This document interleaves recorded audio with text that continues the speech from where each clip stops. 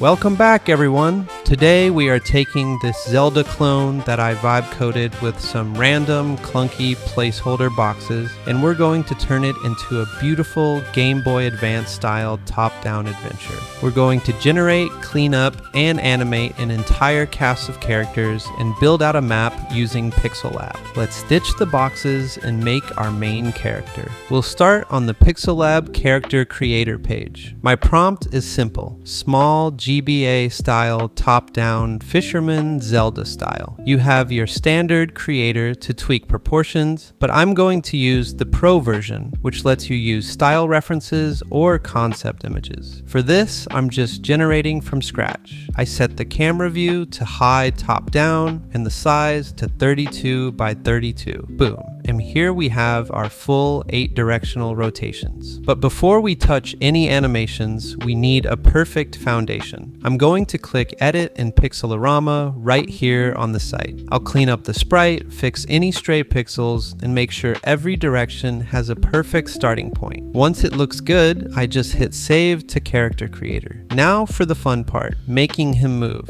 When you click Add your first animation, you get a ton of templates. You can also use custom animations. Quick heads up, the Pro version costs about 20 to 40 generations per output, while V3 is much cheaper, ranging from 1 to 8 depending on your sprite size.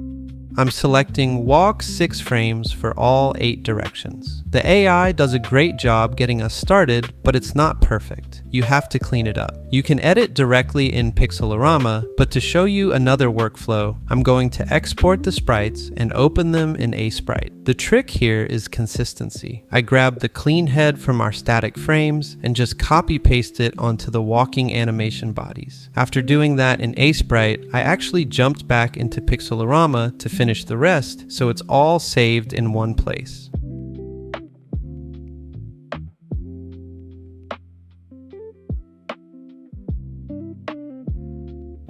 For the run cycle, we hit Add Animation and choose Running 6 frames. Pro tip: I'm only generating south, southeast, east, northeast, and north. Why? Because once I clean up the east or southeast animations, I can just mirror them for the west and southwest directions and save on generations. I do the same cleanup process, pasting the static face onto the running frames, making sure it makes sense, and removing any double outlines or mixels. And here's how it looks in Engine. The placeholder box is gone, and our fisherman is running around perfectly. We can walk and run, but a Zelda game needs some action. We have templates for throwing, pushing, and even a lead jab. The jab is cool, but I want a sword attack. Let's use the custom animation V3. I prompt: quick sword attack, Zelda style. I hit the Enhance with AI button and set it to 6 frames. Since it keeps the starting frame, we get 7 frames total. The AI gives us some really interesting variations. I take the best one into Pixelorama, delete a frame that feels clunky, and manually copy and move the sword to give the swing some impact.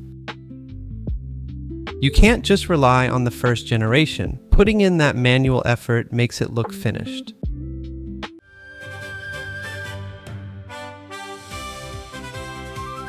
Our guy needs a world to explore. Let's head to the Maps tab and hit New Tile Set. I'm using Standard Top-Down. I set the lower terrain to water and the upper terrain to grass with a 50% transition, which usually looks the best. It generates a decent, simple, flat map.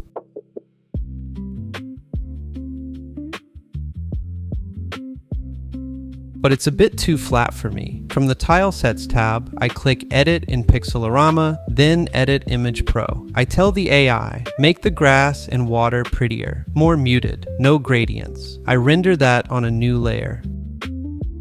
Better, but it needs grit, so I add to the prompt, have some texture. Perfect. I save it to the map workshop, and thanks to auto tiling, drawing out our island is a breeze. I even drop our character on the map to get a sense of scale. Now let's decorate. Using the Create Object tool, I select an area and prompt Top-Down Tree. If you want higher quality assets, turn on Pro Inpainting. I used that to make this awesome statue of a man and a beautiful detailed tree, which I can just duplicate and scatter around.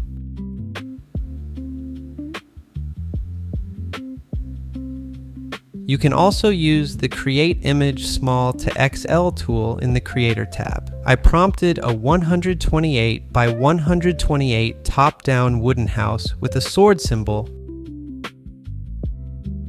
downloaded it, and just dragged it straight onto the map.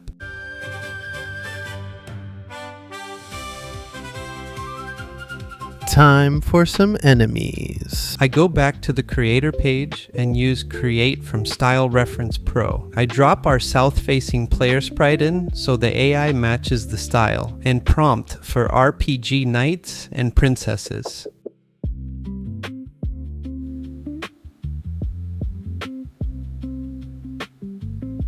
I grab this knight and run him through the Generate 8 Rotations tool. Once I have the sprite sheet, I import the frames into the character creator.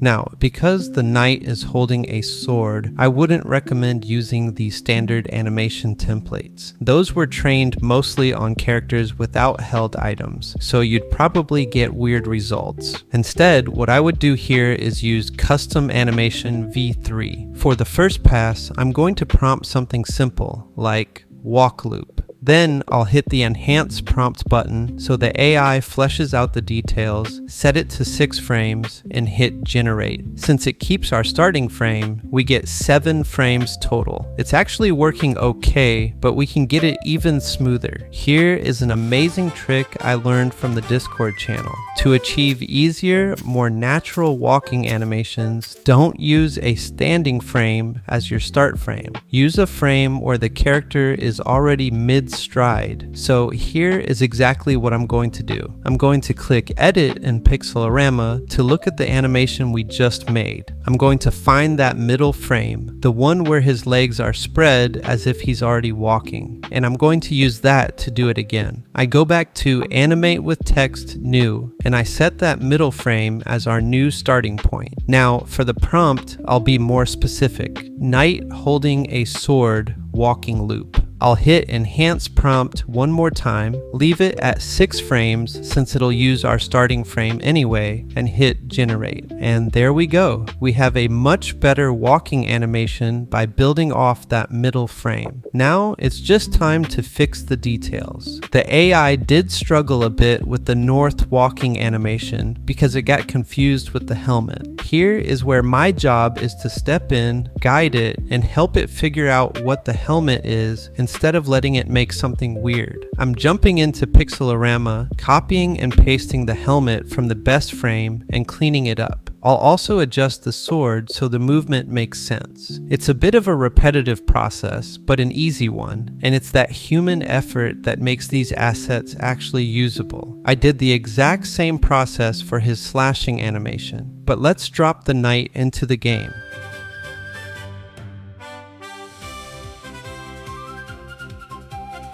As you can see, the knight is a little bit bigger compared to the player. Why did that happen? It's because when I dragged the player character into the creator page as a style reference, it had a 56 by 56 canvas, which was a bigger canvas than the actual size of the character, and the AI matched that scale. To fix this for our next characters, I'm going to reduce the canvas size down to 32 by 32 and drag it back in. Now for the prompt, let's type RPG characters, archer, farmer, and princess. Hit Generate. And as you can see, because of the smaller size, we actually get more generations per batch to choose from, and the scale matches perfectly. Let's take the princess here. I'm dragging her into the 8 rotation tool. Once she's fully rotated, I'll do a quick cleanup in PixelLab.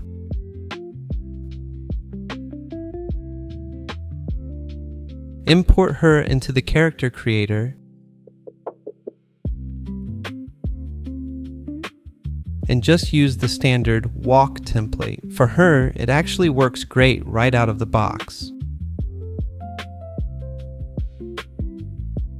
Full disclosure guys, I totally forgot to hit record when I was making the archer, but the process was exactly the same as the princess. I used the rotation tool, cleaned up the frames, and then used custom animation V3. My prompt for him was simply shooting a bow, where the enhance buttons help. After a little cleanup, check out how good he looks firing arrows in engine. Now for our final NPC, this guy in the brown coat. PixelLab actually pushed a live update to their site while I was recording this. Check this out. Instead of manually dragging each frame into the character creator like we had to do earlier, you can now just click this new Create Character button directly from the rotation page. It automatically imports everything, estimates the skeleton, and you're ready to animate instantly. That is a huge time saver.